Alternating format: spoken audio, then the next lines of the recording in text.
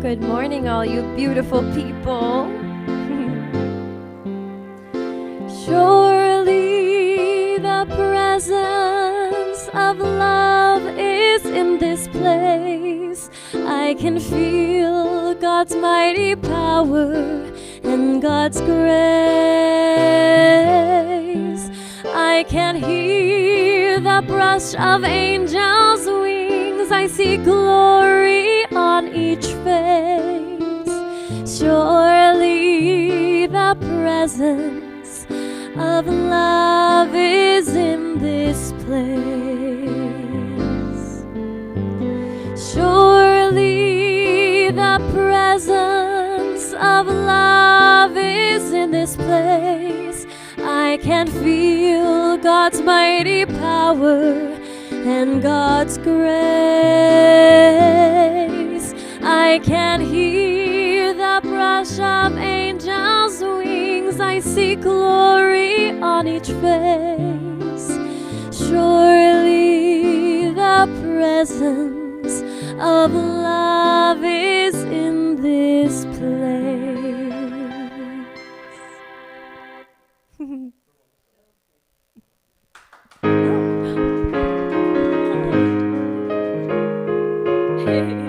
And stand as you are able if you would like to. It's in every one of us to be lost. Find your heart, open up both your eyes. We can all know everything without ever asking why. It's in every one of us by and by. It's in every one of us to be wise. Find your heart, open up both your eyes.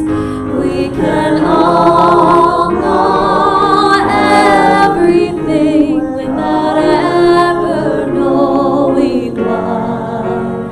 It's in every one of us by and by. One more time. It's in every one of us to be wise. Find your heart, open up both your eyes. We can all know everything without ever knowing why. It's in every one of us by and by. Beautiful.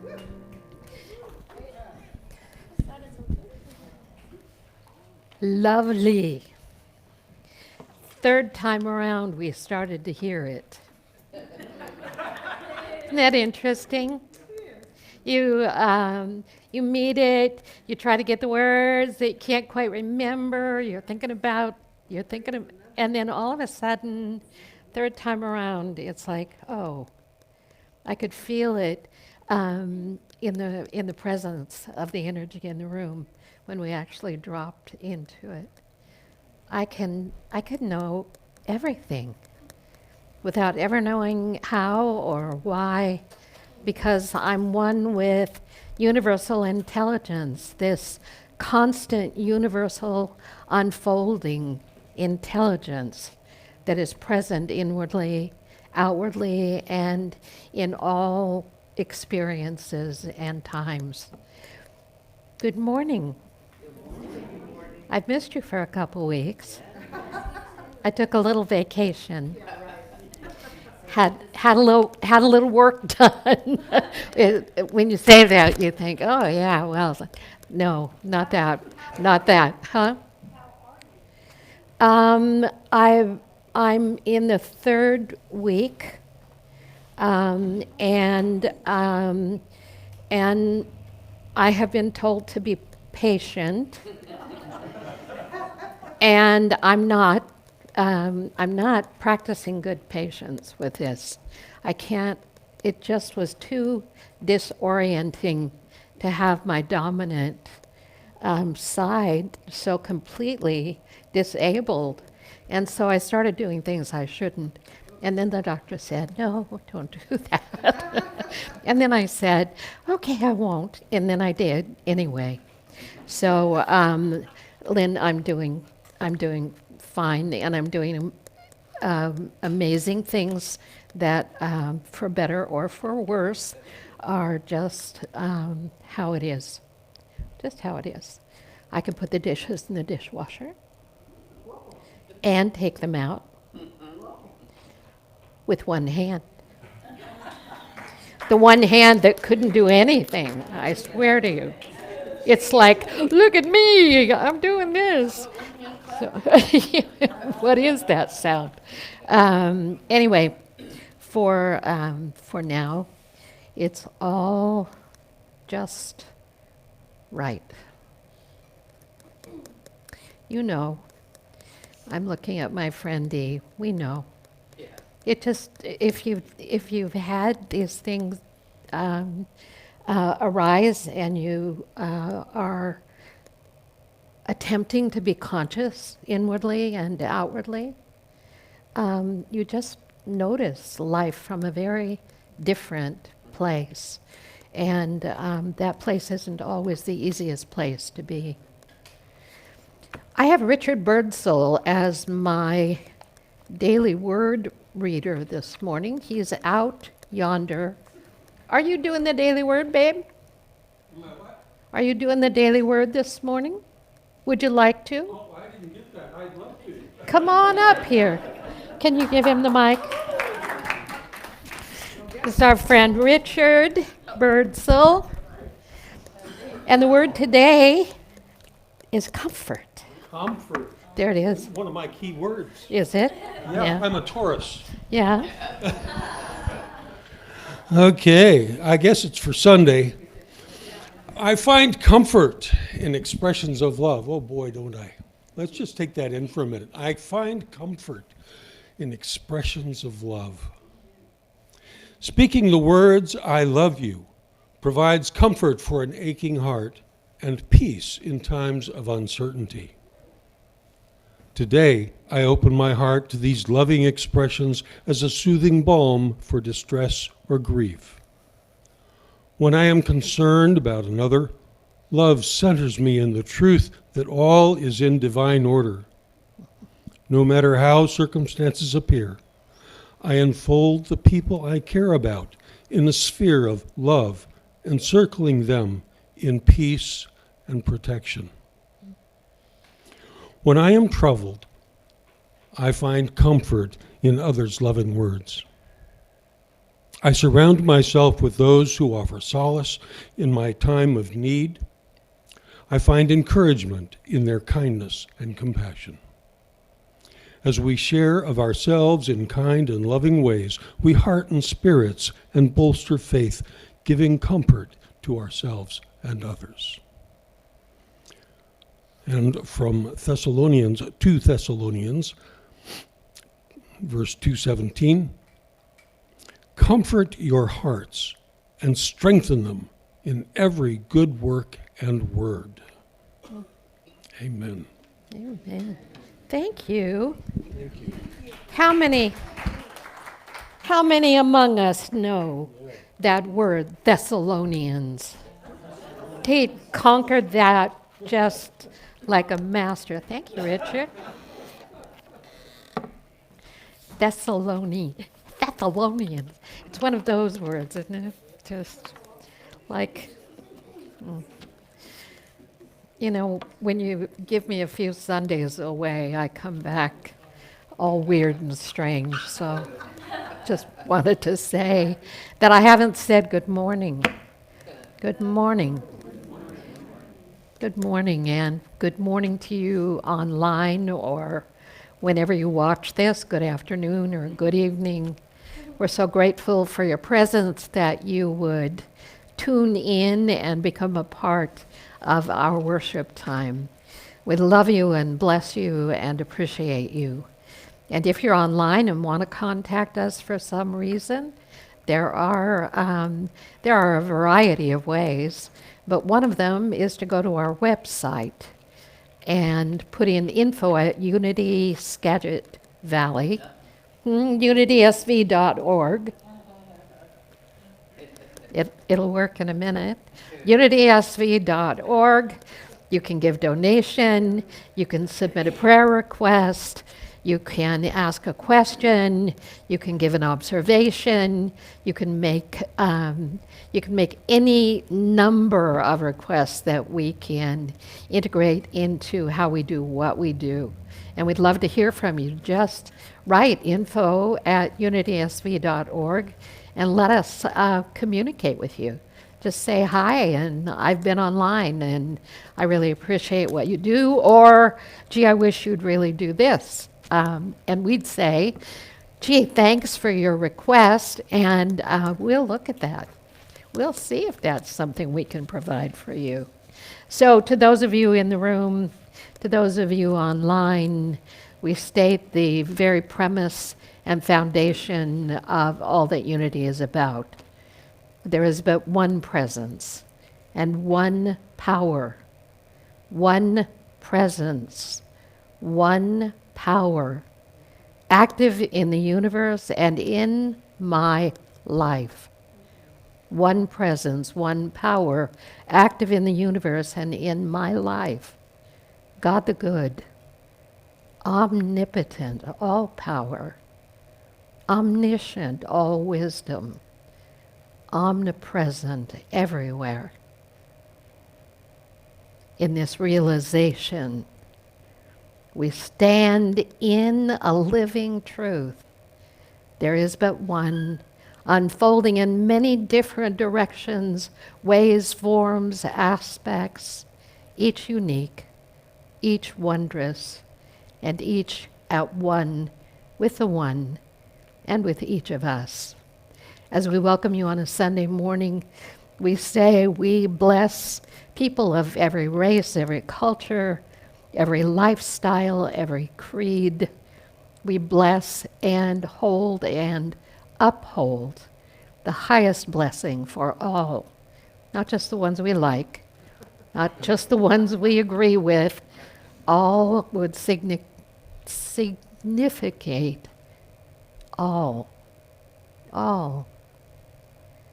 I can hold all in my heart and know the highest good for each and every one and all that is. This morning we offer a special prayer for our dear friend, Reverend Julie Montag, and her husband, Roy Ayers, former minister of our church. We hold Julie in our deepest heart of hearts, her family, her loved ones, Reverend Roy. There's no such thing as lost in this universe. And Julie, we reach to you with our hearts. blessing you and knowing that your feet have carried you into and through the highest good.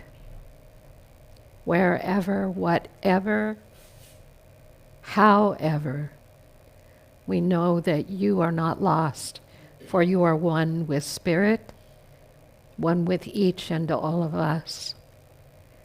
We see and know that the prayers of people all over the world are present with you. And in all ways, we greet you with love, that deepest love, that deepest love. And we greet your family for their concern, for their suffering. But most of all, we offer comfort and solace. May there be peace in the midst of this time. And may there be an understanding that even those things we do not understand are part of a greater outworking of good. And so it is. Amen. We've been praying that Julia's found. If you haven't heard this story, she and Roy were going into the walk that they do on a daily basis. They live in Whatcom County, in the Maple Falls area, and he went one way and she went another, and has not been seen since. So they've had a multitude of search efforts, and at this point, her disappearance was a week ago. The 10th. Yeah. So no one knows, and Spirit knows. I just have to say it that way. I don't know, but Spirit knows, and we can offer our light on the journey, because no matter what the outcome, it's not going to be an easy outcome, no matter where she is. Now, her spirit is in God. We know that to be true. You have announcements. Come do that for us.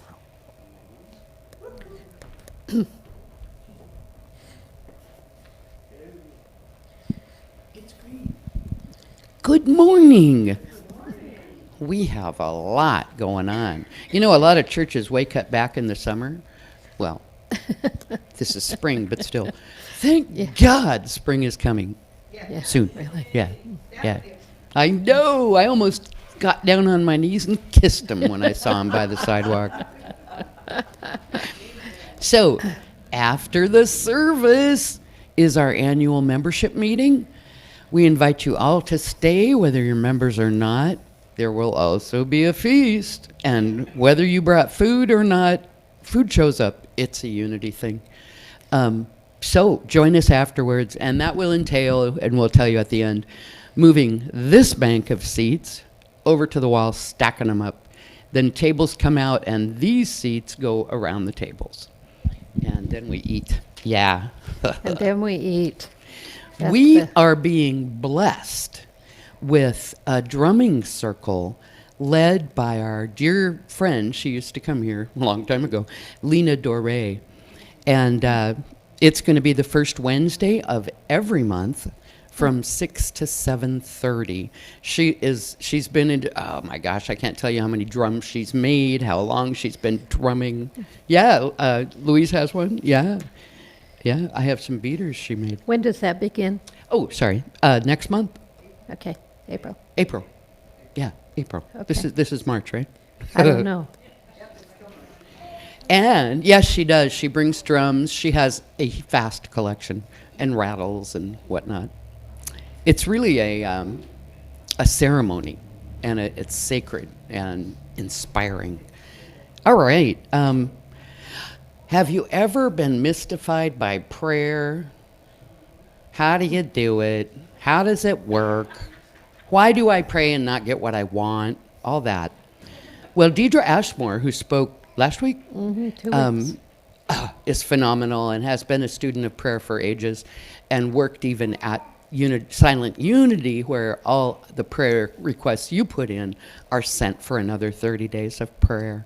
So she will be leading a class April 18th through May 9th on Tuesdays. There are flyers over there from 11 to 12:30.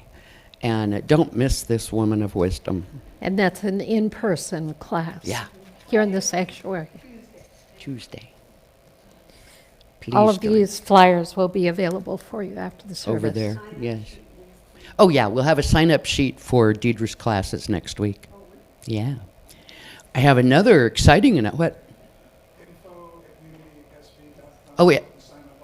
info@unitysv.org. We'll let you sign up online. Yeah, okay. And I have other exciting news. We are having a very fun event called Adventures in Prosperity Treasure Hunt. Adventure in prosperity. Anyway. It's an adventure, and it's about prosperity. It's about prosperity. Yeah, there we go. And participation is going to increase everybody's prosperity. All right, so what it is collect your gently used treasures or new treasures, and it's going to be an online auction. So you'll bring your stuff to a location yet to be named prior to June 1st, and it will be photographed and put online by a professional auctioneer who is a friend of our dear Cleo, who is an amazing, she knows how to do this. Anyway, gently used her new treasure, and it's going to be April 16th through May 28th. And springtime is a big cleanup time. Ooh, yeah. And clean out time and let go time. Yeah. And that means instead of schlepping your valuables away, maybe look at it and consider, is this something that's worthy of the online auction? And put it aside until we're ready to collect all of the goods, as we call them in auction land, the goods. Jerry, you have something? Wait, before we move on. Huh? April 2nd? April 2nd organizing meeting? Oh, I'm sorry, I missed that. Yes. Cleo will lead an organizing meeting, and we do need volunteers to help deal with all the stuff coming in. So April 2nd. And on the flyer back there is all Cleo's contact info to ask questions or whatever. Don't know. Look it up. Sunday? Look it up. Sunday. Oh, probably Look it after up. church. Yeah. Look it up. So There spring you go. cleaning makes room in your house and in your life, But not garbage. but not garbage. No Yeah. garbage. And Jerry and I are downsizing, so this is a great opportunity. I All got right. Thank you very much. I got stuff. Was there another something? A question? We I'll make good? up an answer. Okay. Take all that in. Woohoo! And we have a prayer team meeting this week on Tuesday at 1:30. So the prayer team, heads up, we have a meeting in person this week. And we're going to start doing more in-person classes with Deidre's offering of the prayer class. We're going to start doing some more things in the building. But that doesn't mean we're not going to do some things online too. So just be watchful. That represents a shift, a really important shift in how we are coming alive again after our long time downtime. Anybody here for the first time this morning? But I've seen you before, right? Tell me your name. Not here. Where might I have seen? Let's not go there. Tell me your name. I'm Debbie. Hi, Debbie. So this your first Sunday? Yes. Good luck. Thank Yeah. Yeah, yeah. We welcome you. So glad you're here. And the baby was here and has disappeared again. I just want you to know that with as many 4 and 5-year-olds, 3, 4, 5-year-olds, we're going to need a little more help back there now that we're drawing more children. So, huh? Help looks like being in the room once every other month or something. Through the service, so that we can guard all ages and attend all needs. Actually, it's part of our liability coverage that we would have two every Sunday back there if we have children. So Sky will take care of that for us. Bless her heart. There you go. I'm catching up. I'll be here in a minute.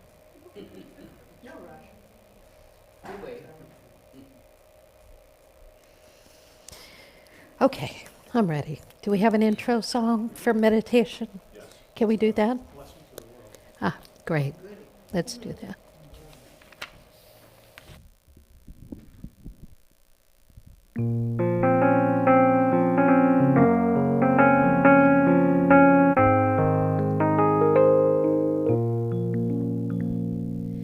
You are the heart, you are the hands, you are the voice of spirit on earth, and who you are, and all you do is a blessing to the world.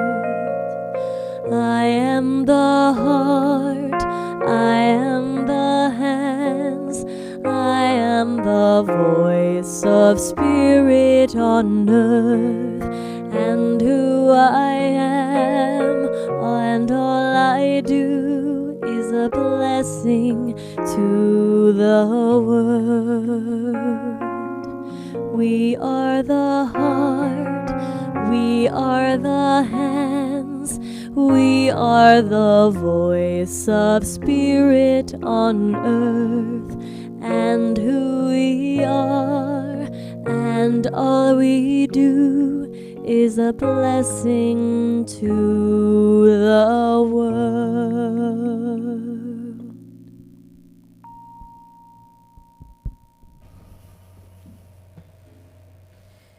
You are the heart.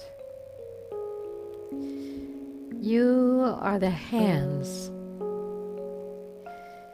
You are the voice of spirit on earth. And who you are and all you do is a blessing to the world. Such a wonderful statement of truth. Such a wonderful calling. Who I am makes a difference. What I do matters. I can be a blessing in this world. When I remember who I am, and remember that desire in my heart to do good, to make a difference, it happens automatically. And so as we breathe and let ourselves open,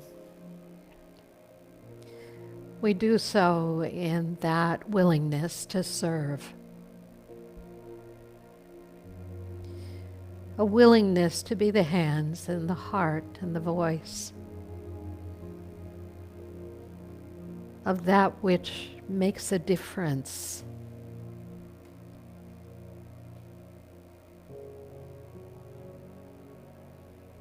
The deeper we go, the more we come into relationship with the spirit of our own being, a natural desire is born. A desire prompted by the presence that flows in us and through us and around us, to share the Spirit with others.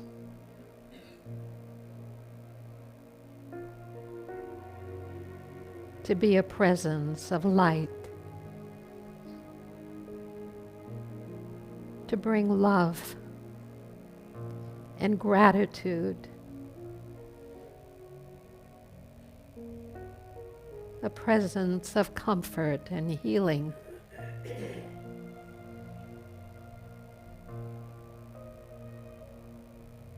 We go deeper, and our heart expands and opens.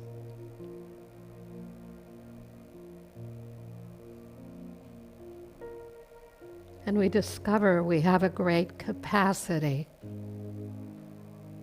to offer love and compassion. Yeah. And in this moment, as we open to Spirit within, as we open to the truth of our own being, as we open our hearts and rest in the love and the peace and the presence of the One, we do so with a feeling of great love. I breathe and let go and allow myself to be infilled, to be overflowed by the presence within, that which is moving in and through me always.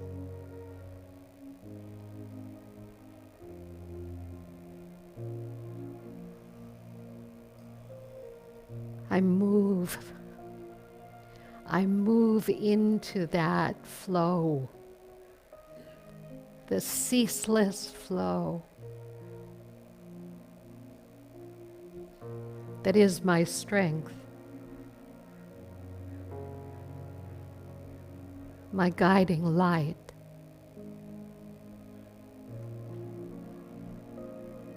The presence of healing.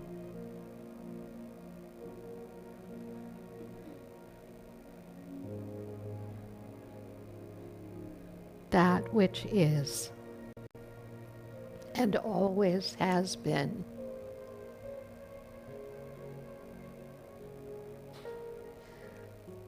I soften my edges.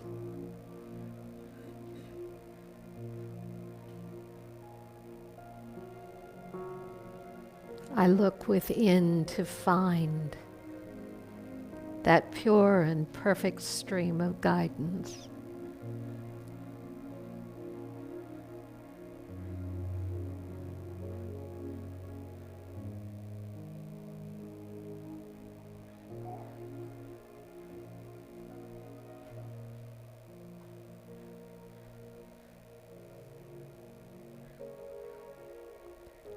Soften your abdomen.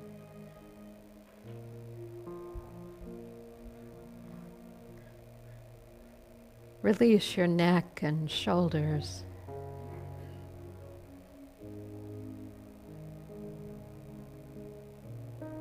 Relax your feet.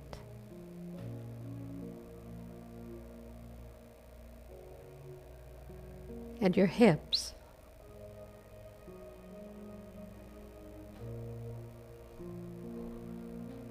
Relax your hands.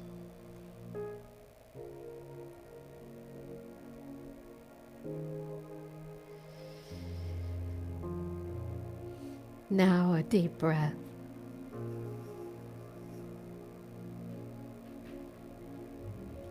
I am centered in the flow, the perfect flow of God.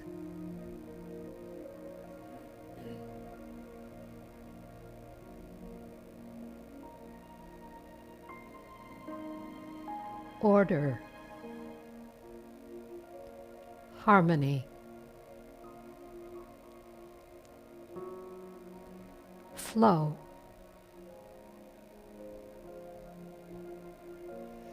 And I do not resist.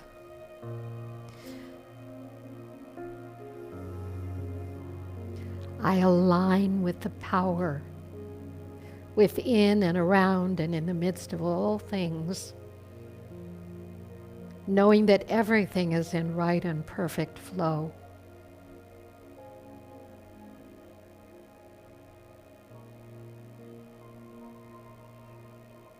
That love is present.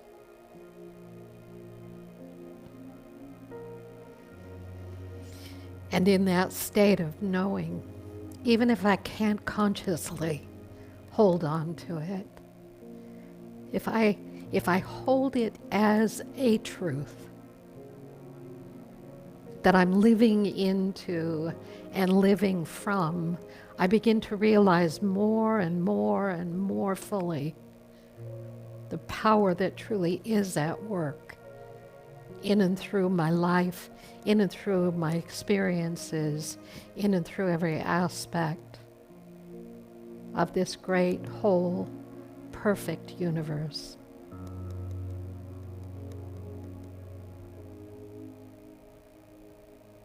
And so it flows.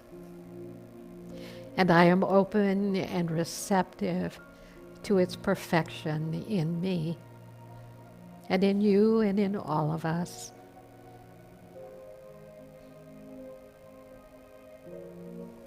And I give thanks from the deepest possible place in my being, even if it seems I have nothing to be grateful for.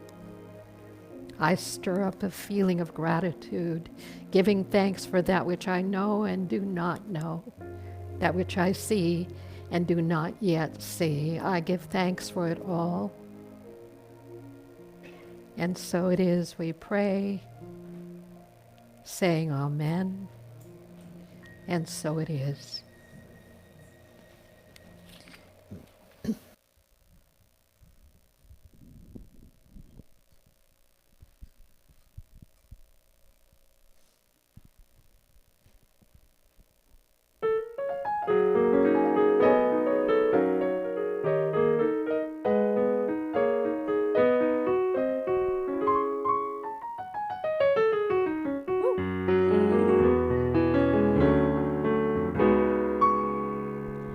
On a clear day, rise and look around you, and you'll see who you are. On a clear day, how it will astound you that the glow of your being outshines every star. You'll feel part of every mountain, sea and shore. You can hear from far and near a world you've never heard before. On a clear day, on a clear day, you can see forever and ever, evermore. Take it away, Ward.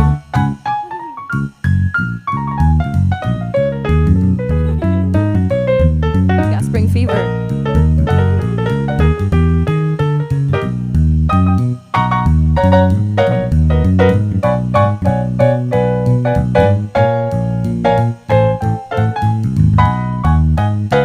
You'll feel part of every mountain, sea and shore. You can hear from far and near a world you've never heard before. On a clear day, on a clear day, you can see forever and ever, evermore.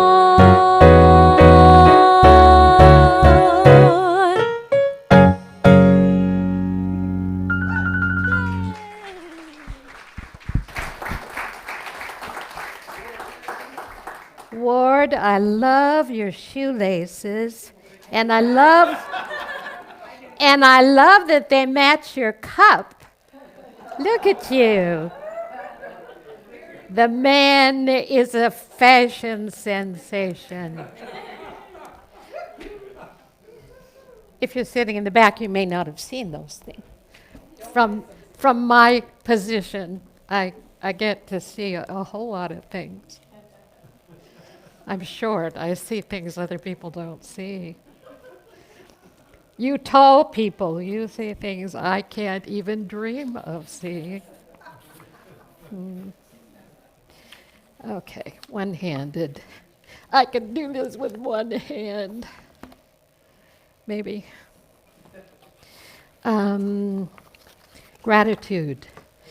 Such gratitude for Reverend Deidre. The 2 Sundays she shared with you, her willingness to do that. The Sunday you played with the video of Martha Creek, and what an amazing being she is. You got just a little taste of it. And the fact that you all, you know, we're not dependent on who stands in this place. You create community when you walk in the door. You create community because this is your place. And you treat it as though it's yours in the highest and best way. And so on a Sunday when I'm not here, my question is not who's doing what. My question is, I bet they're having a great time. And so I know things go on, but they go on because of volunteers. They go on because of you who volunteer to be here and do the things that you do. And in that, it creates that it is your place, your belonging place, your spiritual home, what matters to you. So I just really want to acknowledge the way things happen. The meal train kicked in for us, for Kay and for me. We were so incredibly well fed and without a lot of movement going on, you know. It's like I could feel myself expanding, not necessarily spiritually, but physically. Thank you for signing up and delivering amazing meals to us. It means so much. And the other gift that I receive are those incredible cards we all get. From your Unity family, from your tribe. The person who sits down and writes those cards for us to remind us how much we're loved and seen and cared for. They come to us because of the love that stands behind that action. And if you've never had one, there's one of 2 reasons. You're either so private that we don't know what's going on with you, and you don't let us know that there might be a need or a special occasion, or we don't have information about you on some level to be able to deliver that. So how many people in the room have ever had one of these cards? Yeah. The person who sends them has written more than 600 of these cards to date. Yeah. Do you want me to say who? She said no, but I want to say who. That our card bearer, yeah. And occasionally, just taking the opportunity to say thank you for loving us so much. Yeah. Community. We're all longing to go home to some place, a place half remembered and half envisioned that we can only glimpse from time to time. Community. Somewhere there are people to whom we can speak with passion without having the words catch in our throats. Somewhere there's a circle of hands that will open to receive us and eyes that light up as we enter. Voices that celebrate with us whenever we come into our own power. Community means strength that joins our strength to do the work that needs to be done. Arms to hold us when we falter. A circle of healing. A circle of friends. Some place where we can be free. Community. Community.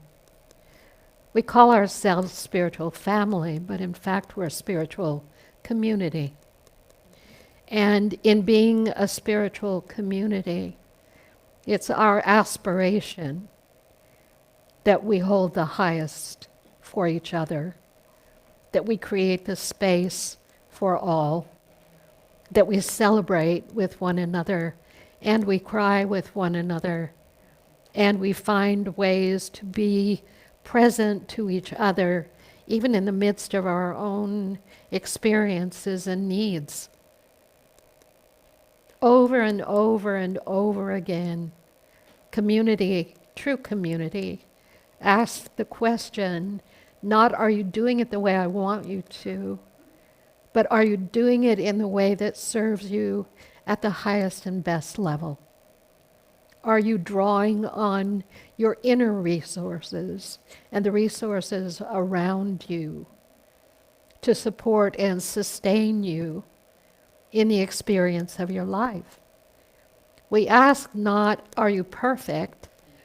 We say, you are perfectly, perfectly you, in the way that only you can be, which is what creates a community worthwhile. An honest community, an authentic community, a community that relies on one another and on ourselves most deeply, to live out the commitments we hold and to serve the values that matter to us. So I've spent a lot of days, actually, following the work of Brené Brown, because I love her so much. And her work in the world is, of course, about healing shame and vulnerability and all the things that go with that in our lives, being a stand for something remarkable. But what she said is, in community or in life, we've been trained to try to fit in, find our fit place. Our belonging place is our fit place, so that we will feel a sense of belonging or a sense of inclusion or a sense of being part of something that matters. But she said, because we're always on this search with a question behind it, do I fit? She said, we miss the true essence of belonging, that we can never belong until we actually bring ourselves into the experience of being self within any organization or any stage of our lives. Do I belong? It's the primal question. Do I belong? How did I get here? Do I belong? What's true for me here? I'm talking about in birth as a planetary being. How did I get here, and do I belong? Do I fit? And from the earliest moments, we start looking for where we fit. In our family, we take on identity on the basis of an endemic question, where do I best fit? That's why brothers and sisters show up so differently in the roles they play. Same family, not the same kind of people. They see differently, we see differently, we hear differently, we experience things differently, we interpret them differently, just as we do in every other aspect of our lives.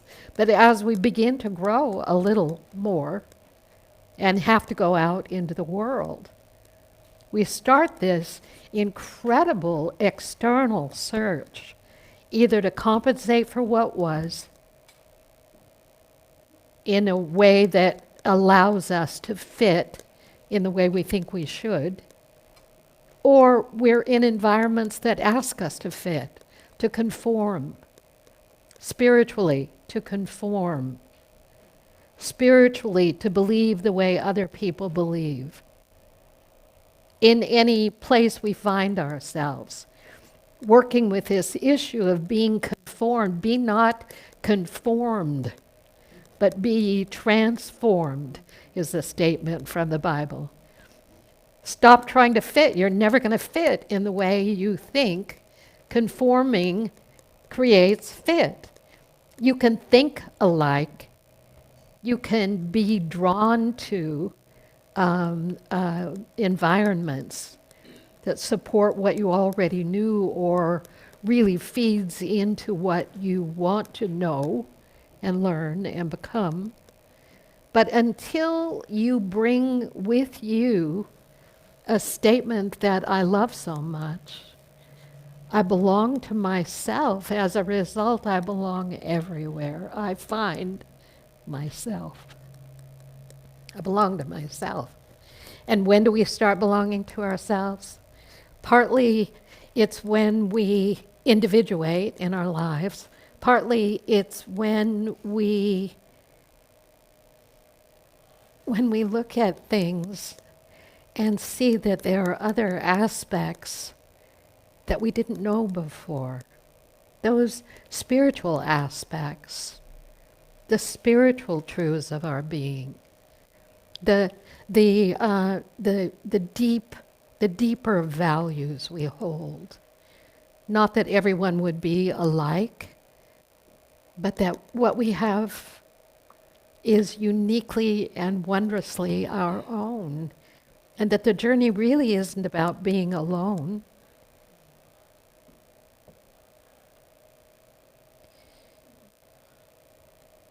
Because when you are you in yourself with you, you are one with all of life at the same time. It's this separation we live that keeps us divided from one another. This separation we live about conforming or fitting in or seeing things the way I'm supposed to see them or doing them the way I'm supposed to do them. Those are all aspects of a separation. When I'm at one in myself, there's nowhere to be other than in a state of belonging. Because suddenly we realize our interdependence, our true commonality, that place where we really do all fit. Not because of the faith we hold or the Jesus we believe in or, the way we practice our spirituality or the education we've had or the trainings we've had or the work we've done, but because we know our own hearts, because we know our own grief, because we know our own pain and losses and disappointments and the amazing nature of our ability to rise and keep moving and infusing ourselves with deeper and more full understanding. Then we step forward as self instead of a clone of what leaves us always feeling like we don't belong. The trouble with spirituality, it always asked us all to be the same. In the old world, in the old way. It always pointed out our flaws and our difference on the basis of our you-ness, that kind of ick factor of human beingness. Here, rise. Something will take you away from that. Here, believe this, do this, be that way, conform, and by all means look the same. Because it matters to God that we all look the same. That's what we've already risen from. And yet, this feeling that we can't belong as that which we are and have always been and will always be keeps us always stirred up or suppressed, or as though those flaws are keeping us from living the kind of life that everyone else lives. Do you believe that there's anyone who doesn't feel as though they don't belong? Do you believe that there's anyone who doesn't feel that, who hasn't done the kind of work to come into themselves and be able to say, I am who I am? And the sufficiency of that is more than enough. I am who I am.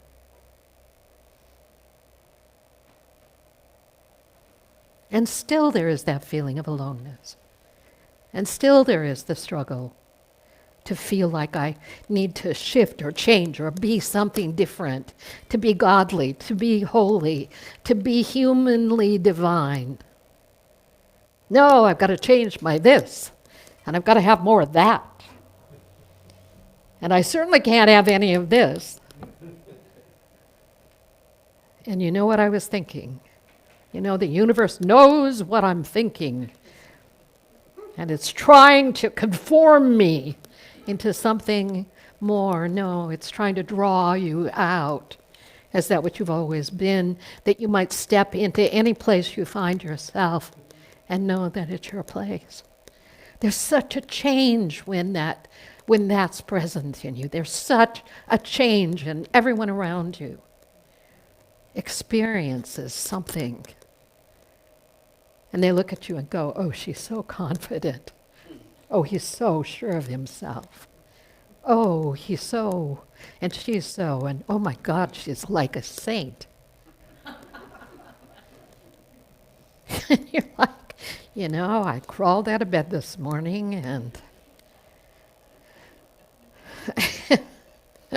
and the first thoughts in my mind were certainly not saintly. And then we say,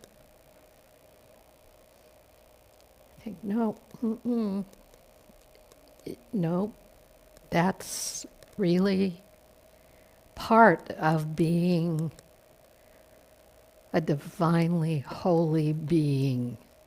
Not to be exempt from everything, not to be exempt from shoulder replacement, not to be exempt because your holiness overrides your humanness.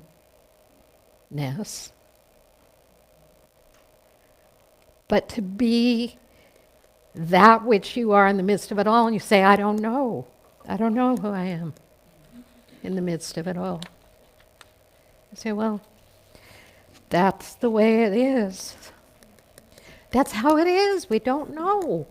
We're always finding out. One day hell, one day heaven. 5 minutes of hell. 1 minute of heaven. The balance seems off sometimes, doesn't it? Another growth opportunity? Oh, God, no.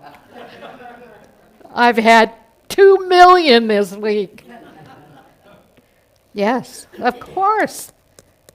And the self that is the self of you is everything that can meet anything if you can be open, if you can be vulnerable to the experience of life. Not because your faith is higher than anyone else's, but because your heart is as wide as the world. And you can meet self in ways you've never dreamed possible. And when you do, everything is changed. And I'm changed. And we're all changed. Myself is not enough, you say. Look at me, I'm just me. Yeah, well, if we could just break it down a little bit into the divine impulse that beats through you in every cell and atom of your being in holiness and grace. Even in the midst of not being able to remember your name, because life is coming on with such pressure. So in our community, I get to speak for us, not because everybody sees it the way I see it, but I'm just here doing this. I believe that what we owe the world is our authenticity as a community. Our authenticity, our holy vulnerability, our belief that comes from confusion and yet an innocent kind of knowing. I believe that we can step into this place and allow others to step into this place with the kind of acceptance and holy grace, without judgment or with judgment, that we're working on the judgments I have, working on the separations I hold, working not hard work like with a pick and a rock, not that. The kind of openness that allows us to meet the moment, not just from a place of separation, but from I have two arms, I like using them both. From a place of stretch, that's what I want to say. A place where we can stretch. We have to be careful in community not to tighten up around conforming ideas or thoughts or ways of seeing and being. We have to be willing to stretch. We're going to have our annual meeting. We're going to talk about receptivity to life by stretching inwardly, stretching in the way we see, think, and be, and include, and carry, and comfort. But not just that, where we can challenge with honesty and clarity about where we are and what we need and how to create and how to be more than we've known ourselves to be. It's a push. You can't take that for granted. It takes people who are like, man, I am here. I am here because it matters to me to practice these ideas, to live these truths, to be here in a way that makes a difference for me and for others. That's why our community exists, and that's why it has continued to exist over the years that this ministry has been here. This ministry continues to be here as we continue to grow inwardly, as we continue to bring ourselves here with openness and authenticity instead of this desire to fit or conform or be something that we think we are not.